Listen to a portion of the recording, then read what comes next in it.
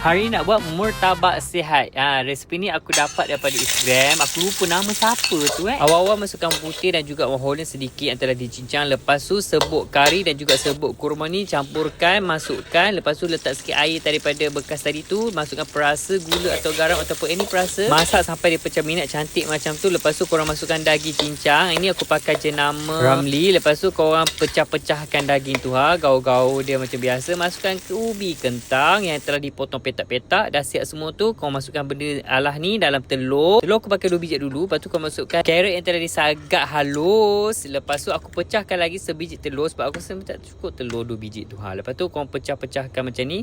Ambil rice paper, basahkan dengan air sedikit. Masukkan 1 sudu inti murtabak daging tadi tu. Lepas tu korang lipat ke kanan, ke kiri, ke bawah, ke atas. Dapatlah bentuk petak macam ni. Masukkan ke dalam pan yang telah kita letak minyak tu sedikit saja, panas dan siap. Ya Allah, kali dia cantik dan kita buka. Ya Allah weh, sumpah sedap. Okey, tak pakai tepung pun.